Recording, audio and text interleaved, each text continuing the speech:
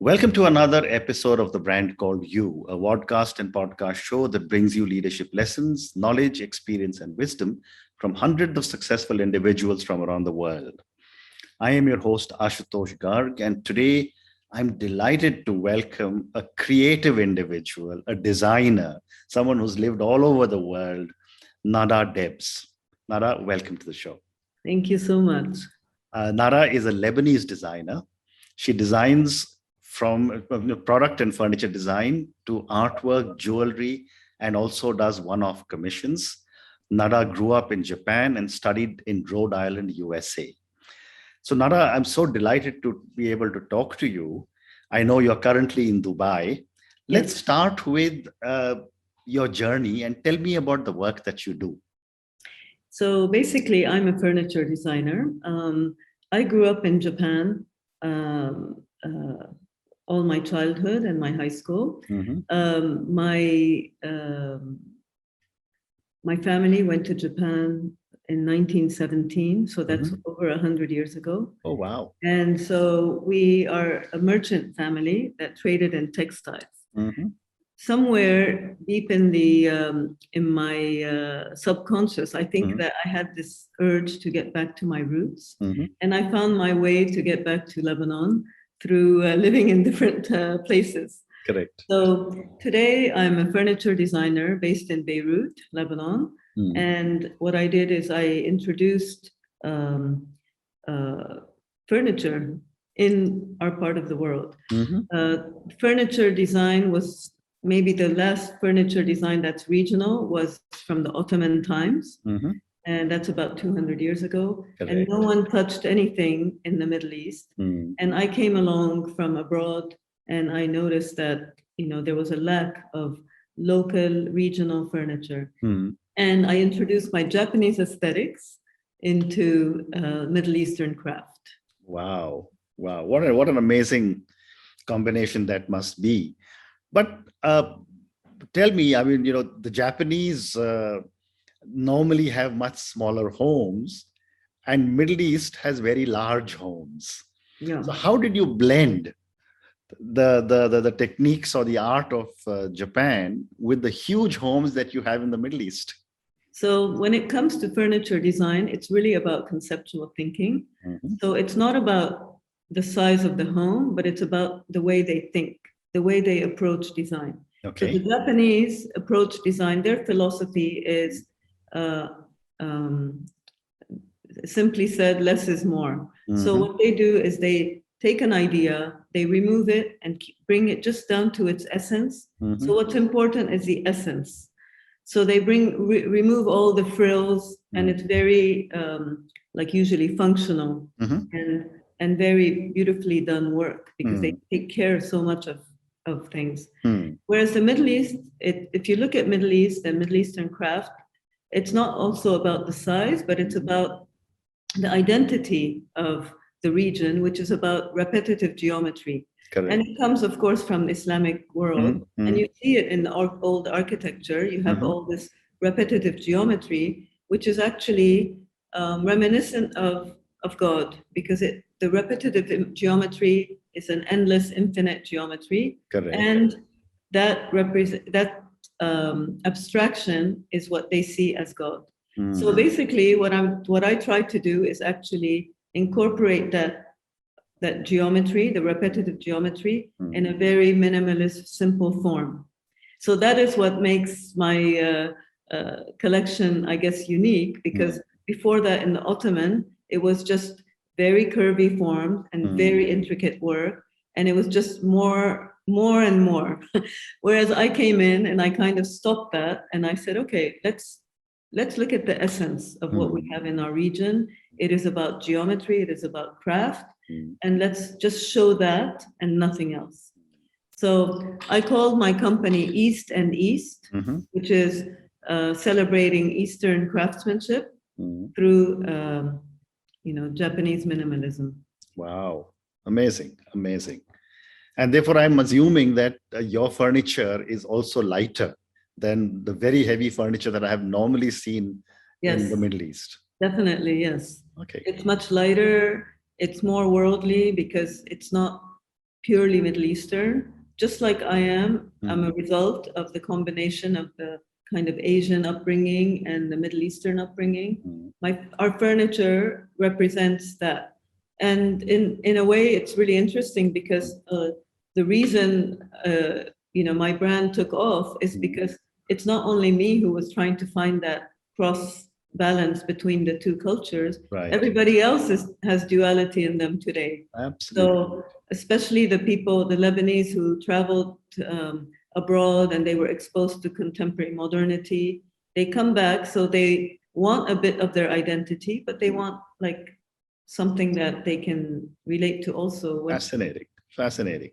So, when I was reading about you, you said, I'll quote, you have the ability to distill culture and craftsmanship to create pieces of emotional resonance. Help me understand this with an example. Yeah. Okay. So, often design is talked about like it looks good, it looks good. For me, design is about feeling good. And where does that come from? So I work mainly with craftsmen and artisans. And imagine when you're like, an example I give is the example of cooking. So when someone is cooking for someone they love, the food is so good. And what is it? It's an energy. Correct. And with the craftsmen, when they're doing what they're doing, the intricate workmanship, they're putting all their love and attention to this piece. So what people feel in the end result is this energy of the craftsman. And so what they feel, they don't understand it. It's something we cannot voice. So it just, that's why it touches the heart, the emotions. Also, when you look at geometry, repetitive geometry, when you look at something that's repetitive, it mesmerizes you. It takes you to another level. Correct. You see it in the Sufi dancing, the repetition, and this repetition takes you to God, I guess. This is the idea of God. Correct. And so that also has this emotional resonance. So these are kind of like my main thing is craft and geometry, repetitive, an intricate repetitive geometry. And this actually touches the heart, even beyond the brain. The brain follows the heart. Amazing. So, you were just telling me about Japan and how you are blending different learnings from different cultures. I wanted to understand from you, how does culture impact design? Okay, well, that's a really interesting question because I had to ask that question so much. So you have to look around the region and see. First of all, it's often beauty is related to how they see God. So in Japan, it's about silence, meditation, and this is how they see God. And so when you look at their designs, it's very minimalist. It's pure. Correct. Whereas in this part of the world, let's say the Islamic world, it's about repetition. Mantras, repeat. And so you're also getting to God, you're also reaching God. But the way they express it is by, doing this the repetitive geometry, Correct. intricate work. So this is how culture reflects. And I also lived in the US and Europe. And, I also picked up different ways of thinking. Okay. For example, in America, where I studied, America's a young country. Correct. A few hundred years old. Yeah. So they have nothing to look back to. They have a future. So they look at the future. They look at modern materials. They look at simplicity, practicality, no nonsense, form and function, they call it. So this is what I learned about just doing things that are functional, straightforward, and experimenting with material. Like they had the glass and steel industries, when they were building the skyscrapers. Correct. So that effect influences the culture and it influences design at the end of the day. And then you go to the UK where I lived, and what did they revere? They revered the past. Past. You go into a shop, an antique shop, and they talk about, the 18th century carving or the marquetry work that's done by this person in this village. And so again, the value of craft over time I realized that its craft has value over time, and it goes up in value over time. So it's really like my work is actually a mixture of all these cultural elements that are really instilled subconsciously. It wasn't conscious when I created my furniture. Fascinating. It's just so amazing. And I've never ever heard this definition of America being a young country and therefore they think ahead, and the UK being an old country and therefore they look in the past for designs particularly. Yeah. Fascinating. Yeah. So that's so fascinating. So, Nada, when you were setting up your studio, Nada Debs, what were some of your challenges and some of your learnings? So it was actually a very personal journey because I was struggling with my identity. Like I grew up in a very Arab household. And then around me were all these Japanese and foreigners. And so my move to Beirut was subconsciously to find my roots. But actually, it's furniture that gave me the answer to my identity crisis. Okay. Because I started from home. I had no plan to make a brand or anything. I started from home. I was already designing furniture in the UK. And I started to see what is regional furniture, craft, and I went to Damascus. And so what I did is I started to create small objects, bedside tables, consoles, and I put them in my home. And people started to come by, and they're like, how interesting. It looks Middle Eastern, but then it looks very Zen. And I said, I mean, I could be both. I could be both Asian and Middle Eastern, and the furniture gave me that answer. And I realized at the end of the day, what I'm doing is creating a balance, finding that balance between opposites. So I applied that philosophy on everything. And so I started at home. It got to a point where my home was too filled with furniture, and it was a home after all. When I started, it just opened up to some magazines came and covered my story. And then it opened up to the Middle East. So UAE, Kuwait, people started to hear of me and they started to come to my home, which was a bit embarrassing because, it was my home that they were coming to. Correct. Finally, I made the move of opening in downtown Beirut, where it was between East and West Beirut, kind of neutral area. And from there, it just, the ball got rolling. I had no control of my business. I was having sleepless nights because for me, I thought I was just opening a little studio space where I show samples of my work, but people saw me as a retail shop. So they were asking me, Nada, do you gift wrap? Nada, do you have a credit card machine? And I was like, wait a minute. I need help. And so my personal journey ended up to be a retail shop plus a design studio. Wow. Amazing. Yeah. So, in addition to furniture, you also do artwork, jewelry, and one-off commissions. Tell me about some of these and how do you handle such a vast portfolio of designs? So, like I was saying, once you have the philosophy, design philosophy, it can be applied to any discipline. Okay. So it can be even applied to cooking. Like fusion cooking is what I do in a way with fusion furniture. So what I do is because my identity became clear, other brands approached me. For example, jewelry brands or artists, or not artists but galleries, museums, and they would want something where I can combine. So yes, I've made jewelry, same philosophy, contemporary form, geometry, and then I work with some kind of craft technique.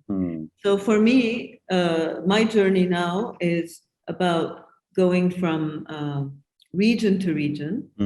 Like a few years ago, I went to Afghanistan and I worked on carpets that were woven by women.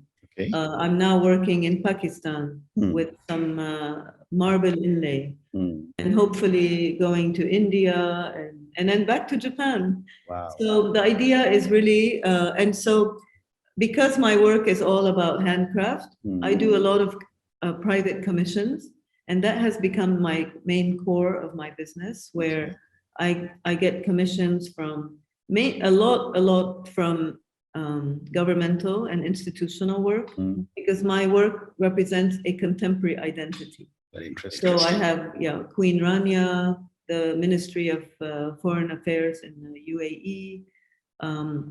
I renovated the Arab League Hall in Cairo, which is like encompassing all the Arab world. Amazing, yeah. So yes, so my work is really about identity and a contemporary identity of the region. Fascinating. And these commissions that you handle, are these renovations, or are these specific art forms that you are creating? Tell me a little bit about this. So it is. So some of it is just furniture. So for example, I did furniture recently for the UAE mission to the UN in the New York City.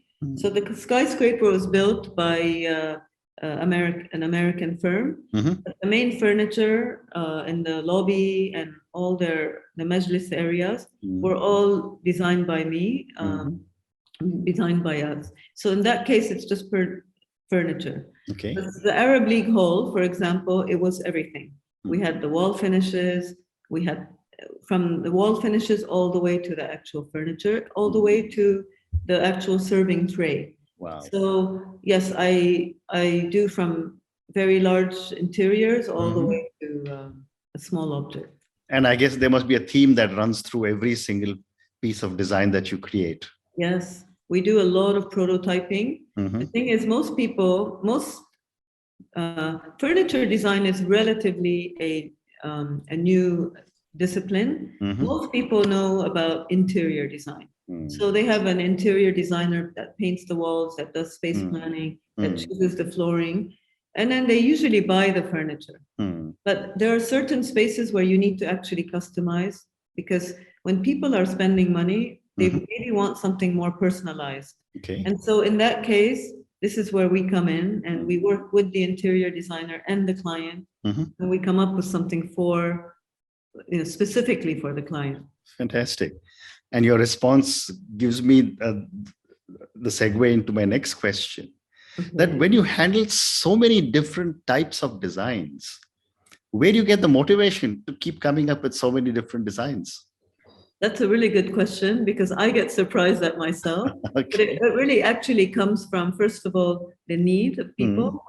When I meet people and I see what they're doing, it inspires me. Like someone would say, I feel like sitting in front of a TV and lifting my legs up. And suddenly in my mind, I get a table with a bit of cushion set in the table. So the feet are comfortable. So I actually get images coming into my head. So the more people I meet, the better, because they are the ones who inspire me. But on the other hand, I also am very, very much inspired by my artisans and my craftsmen, because they are at the core of what I do. Correct. And I watch them work, and as they're working, I sometimes stop them. I say, stop right there. I like what you're doing. Let's see what we can do if we change the material. And so now I have a team of craftsmen who are open to new ways of thinking. And this is the exciting and challenging part. Amazing. So Nada, I have time for two more questions for you. My next question is that you mentioned that human stories are important for you. Yeah. I'd like to understand from you, how do human stories feature in your designs?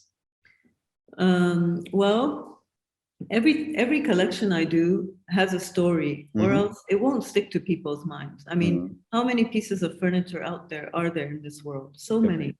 So the way that you have to relate to this is by really, that's how I design anyway. So, for example, I decided to do a collection called Marquetry Mania. Okay, so it's taking marquetry strips that were usually put in backgammon games. And I thought, this is a little bit, we need to update this craft. And so what I did is I introduced color. Mhm. And then instead of laying it out in a disciplined way, I just laid it out in a very spread out way, like a Mhm. manic way. And Correct. it was actually inspired by fashion. Mhm. So this is where, like, for example, I have inspirations from fashion as well. But human stories, another story, maybe example would be I was collaborating with a young fashion designer Mhm. to come up with a furniture design, and he does beautiful illustrations. And the way we interpreted this collection is that he went on a trip to the forest, to the reserve, to a reserve, and Mhm. he noticed that certain birds go to certain trees. And so his illustrations were based on, like, let's say we're using walnut wood, Mhm. and he would do illustrations of birds that go to walnut trees. I see. And for example, if I'm doing oak wood furniture, like sparrows go to oak wood, so we drew sparrows. So this kind of stories that influence the design. How nice. How nice. Nara, my last question to you, and this is about the millennials and the Gen Zs. Oh yes. You know, you are working with a cross section of ages, from people of my age who are in their mid 60s to maybe people who are older to the very young, the millennials, the Gen Zs. How are the Gen Zs changing expectations from you in design? Okay, that's a great question because this generation is what I've been studying a lot and I've been observing. And I really, really respect the Gen Zs because they question things and they really make me think, is my work sustainable? Does it have meaning? Does it have purpose? Because the Gen Zs are questioning everything today. Correct. As opposed to the millennials. Millennials are a little bit more spoiled, you know? They would go into the internet, they would just purchase a few things, they don't question where it's from. The Gen Zs would actually look at the social media, stay interesting, and they go to the source. They find out, where is this coming from? And once they understand if that source is respectful, sustainable, has meaning, has purpose, then they come back and they purchase. And so this makes me think, okay, where is my wood coming from? Am I doing meaningful things? Am I just designing for the sake of looking good, or am I designing with a purpose? And so they are actually challenging me in a big way. And I love it because, you know, it's the challenges that make me continue designing. Fabulous. Nara, on that note, thank you so much. I've learned so many interesting things from you today. You're welcome.